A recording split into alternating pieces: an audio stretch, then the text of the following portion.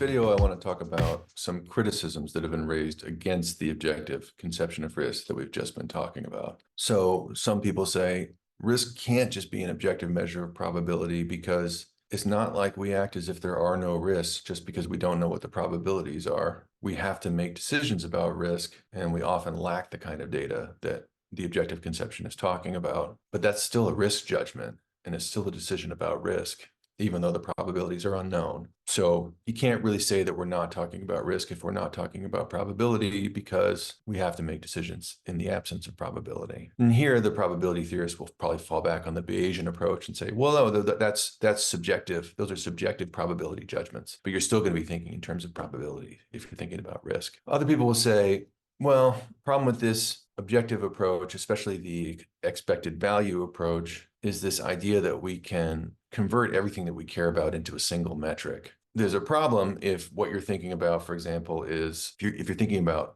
what insurance actuaries do as the kind of defining activity around risk. That's a situation where people are coming up with numbers that can be attributed to certain kinds of losses. There's a kind of amount of money you can get if you lose an index finger versus if you lose a pinky finger. There's this sort of specified amount of money. And a lot of people have said, well, that seems pretty arbitrary to think that we can assign a single metric to all these sorts of losses, as if those sorts of losses will be the same across an entire population. It seems to lack plausibility in some respect. People don't like it. Another thing that people raise, another issue people raise is that, well, different individuals seem to see risk quite differently according to what they care about. And the severity of different risks really seems to depend on individuals' perspectives. This is something that decision theory also, has ways of dealing with. They say, well, yeah, people have different utility profiles, people have different preferences, and we can get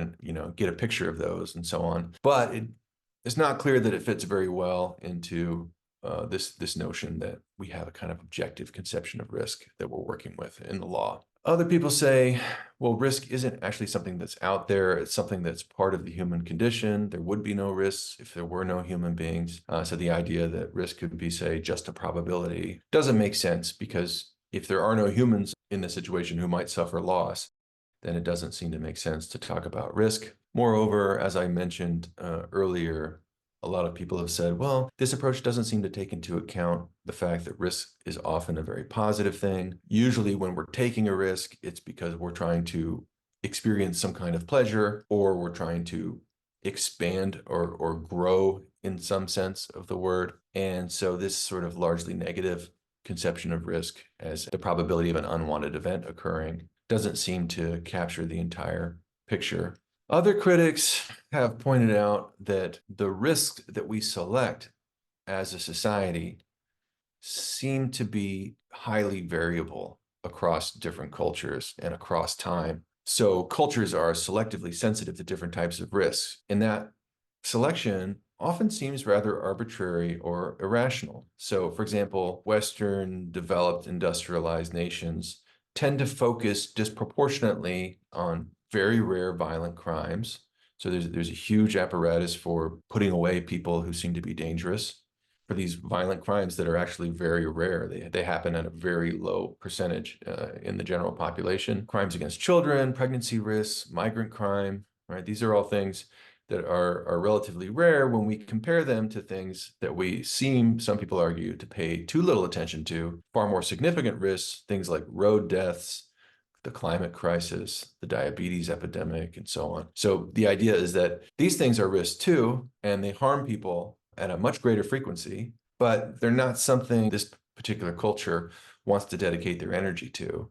Rather, we tend to focus on these other more rare, but from our point of view, more upsetting forms of risk. So one thing's clear is that which things show up as a risk is tied up with our moral values. And so if the things that we select as risks depend on our moral values, then it seems there's some sense in which risk can't be construed in purely objective terms, at least not in the sense of like the relative frequency of some event, because there are some relative frequencies that we're just not paying attention to because we're not interested in them, because our moral worldview doesn't identify them as salient concerns.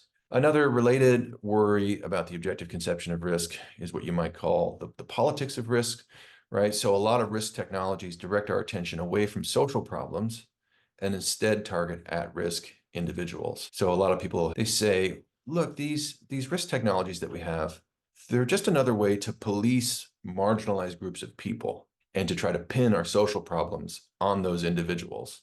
So this shifts professional focus away from people's needs, right? People who are suffering, who might need resources, and instead the professional focus, when it's targeted on risk, tends to focus on danger. So we don't see these people as people in need of services, but we tend to see them as danger to other people who aren't in need of services. It's also a way that we can justify more and more surveillance and also self-surveillance, promote the idea that the world is risky.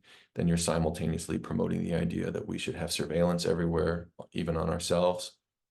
Other critics have pointed out that risk factors associated with crime, for example, they often just read like a description of poverty. So if you just went out and did an objective description of what people experience when they're very poor, it happens that those things are also predictors for criminal behavior. And so critics like Webster say, well, shouldn't we just be focusing on alleviating those social problems so we're not giving rise to this kind of criminal behavior? So it's a shift in lens that's subtle, but I think important and interesting. And as a corollary to that, right, risk factors tend to be outside of an individual's control. For example, growing up in a family with a low income, or dealing with family breakdown during your childhood, or a household with a single parent, or just being born with a low IQ, or having circumstances in your childhood that made it such that you didn't do well in school. These are things that individuals don't seem to be in a position to control, but they do predict a range of negative outcomes. So the general idea here is that it's kind of like it's similar to the one about risk selection. So there are political reasons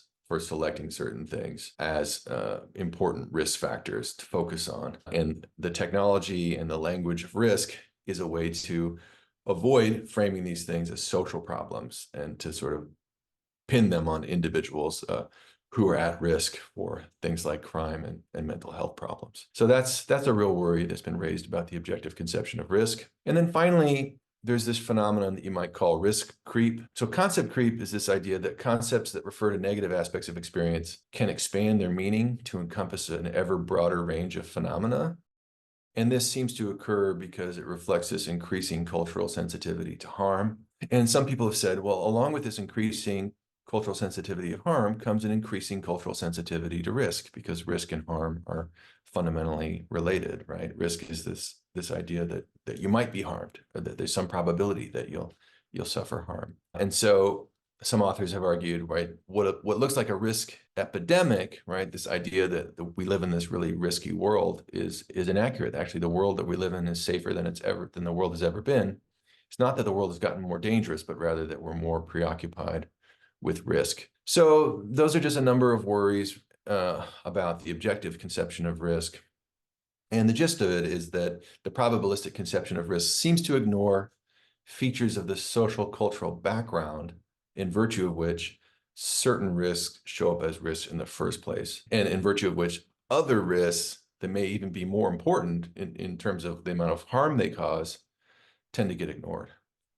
So it seems like the objective conception of risk might be missing something important. And of course, I don't want to suggest that these mathematical approaches to risk don't have ways of like trying to model and to deal with these sorts of problems. I'm just trying to give you a sense of some of the criticisms that have been raised against them. Okay, so take another break and hopefully take some time to think about those criticisms before you move on to the next section.